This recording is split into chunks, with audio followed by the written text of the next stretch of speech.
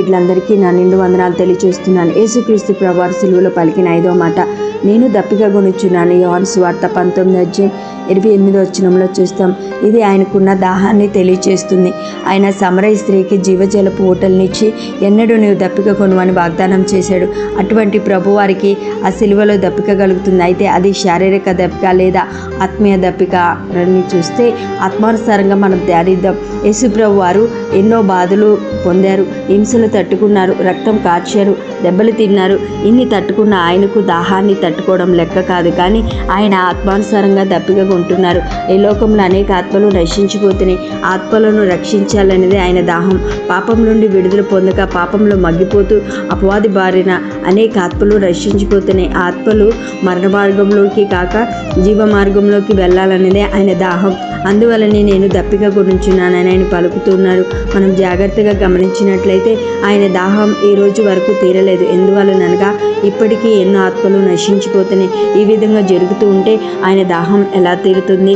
ఈ మాటలు వింటున్న ప్రియా దేవుని బిడ్డలారా, ఆయన దాహాన్ని తీర్చాలని నీకుందా? అయితే నీవు కూడా ఆత్మల దాహాన్ని కలిగి ఉండు. అనేక ఆత్మలు రక్షించాలి, ప్రోత్సహించాలి, బలపరచాలి అనే ఆశను నీవు కలిగి ఉండి ఆ ప్రకారం చేసి ఆయన సిలువలో పడిన దాహాన్ని మనం తీర్చే వారంగా ఉండాలి. ప్రభు పేరట మీకు తెలియచేస్తున్నాను. అట్టి కృపా ధన్యత దేవుడు మీ అందరికీ అనుగ్రహించునుగాక. ఆమేన్. యేసు ప్రభువారు పలికిన అన్ని మాటలు అతి చిన్నది మరియు అతి అమూల్యమైన ఈ మాట ఏమిటంటే సమాప్తమైనది. 6వ మాట. అన్నీ మనం చూసినట్లయితే తండ్రి తనకు అప్పగించిన పని సంపూర్తి చేసి సమాప్తమైందని పలికారు. నశించి దాన్ని వెతికి రక్షించుటకు మనిషి కుమారుడు వచ్చినని వ్రాయబడింది. అయితే ఏమిటి నశించింది? ఆనాడు ఆదాము అవ్వలు పరిశుద్ధంగా సృష్టింపబడ్డారు. కానీ వారు చేసిన పాపం వల్ల పరిశుద్ధత నశించింది. ఆ నశించిపోయిన పరిశుద్ధతను వెతికి రక్షించి ప్రతి ఒక్కరిని పరిశుద్ధులుగా చేయాలన్నదే దేవుని పని. ఆ పని సక్రంగా పూర్తి చేసే యేసు ప్రభువారు. అందువల్లనే తండ్రి నువ్వు నాకు అప్పగించిన పని అంతా ముగించెను, సమాప్తమైనదని ప్రభువారు పలికారు. ఈ పని ముగించడానికి ఆయన ఎన్నో బాధలు పడ్డారు, ఎన్నో శోధనలు అనుభవించారు. వాటన్నిటిని జయించి సమాప్తం చేశారు. ప్రియా దేవుడు బిడ్డలారా, ప్రభువారు ఏ విధంగా అయితే తండ్రి యొక్క పని చేశారో అదేవిధంగా మీరు కూడా ఆయన యొక్క పని చేయాలి. ఆయన నామాన్ని ప్రచురం చేయాలి, ఆయన నామాన్ని గణపరచాలి. ఈ క్రమంలో మనకి ఎన్నో శోధనలు వస్తాయి, ఎన్నో ఆటంకాలు వస్తాయి. అవన్నీ జయించి దేవుని యొక్క పని చేయవలసినదే అని ప్రభు పేరట మీకు మనవి చేస్తూ ఉన్నాను. యేసు ప్రభువారు సిలువలో పలికిన 7వ మాట, ఆత్మను తండ్రికి అప్పగిస్తున్నారు. అప్పుడు యేసు గొప్ప శబ్దంతో కేక వేసి, తండ్రి నీ చేతికి నా ఆత్మను అప్పగించుకొనుచున్నాను నేను. లూకాసు వార్త 23:46 చూస్తాం. యేసు ప్రభువారు మరణానికి ముందు నెరవేర్చవలసిన చిట్ట చివరి ప్రవచనం ఈ మాటతో నెరవేరింది. నా ఆత్మను నీ చేతికి అప్పగించుచున్నాను. కీర్తనలు 31:5 చూస్తాం.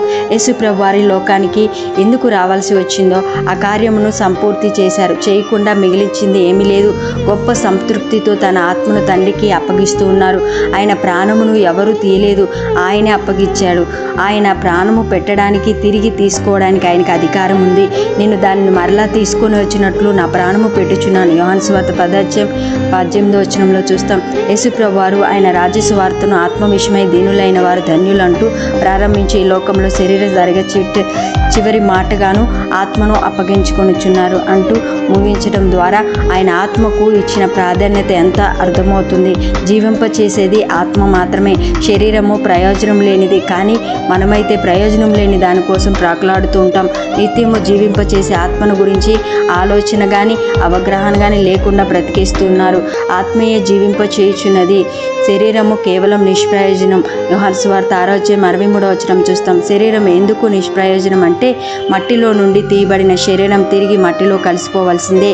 మన్నైనది వెనకటి వలెను మరలా భూమికి చేరును. ఆత్మ దాన్ని దయచేసిన దేవుని యొద్దకు మరలా పోవును. ప్రసంగి 12:7 చూస్తాం. అయితే మన శరీరము అవయవములు దేవునికి సజీవయాగంగా సమర్పించుకోవాలి. మన శరీరం దేవుని కోసం పరిశుద్ధంగా కాపాడుకోలేనప్పుడు ఎంత మాత్రము మీ ఆత్మను దేవునికి అప్పగించుకోలేరు. పరిశుద్ధమును దేవునికి అనుకూలమైన సజీవ యాగముగా మీ శరీరంలో ఆయనకు సమర్పించుకున్నాడని దేవుడు వాత్సల్యమును బట్టి మిమ్మును బ్రతిమలాడుకొనుచున్నాను. రోమా రాసిన పత్రిక 12:1 చూస్తాం. యేసు ప్రభువారు తన శరీరాన్ని పరిశుద్ధంగా కాపాడుకోగలిగారు కాబట్టి తన ఆత్మను తండ్రికి అప్పగించుకోగలిగారు. మీరు కూడా దేవుని కోసము శ్రమపడుతూ మీ శరీరాన్ని పరిశుద్ధంగా కాపాడుకుంటూ మంచి ప్రవర్తన గలవారమై సృష్టికర్త అయిన దేవునికి మీ ఆత్మలను అప్పగించుకోవాలి. దేవుని చిత్త ప్రకారము బాధపడేవారు సత్య ప్రవర్తన గలవారై నమ్మకమైన సృష్టికర్తకు తమ ఆత్మను అప్పగించుకొనవలెను. 1 పేతురు రాసిన పత్రిక 4:19 చూస్తాం.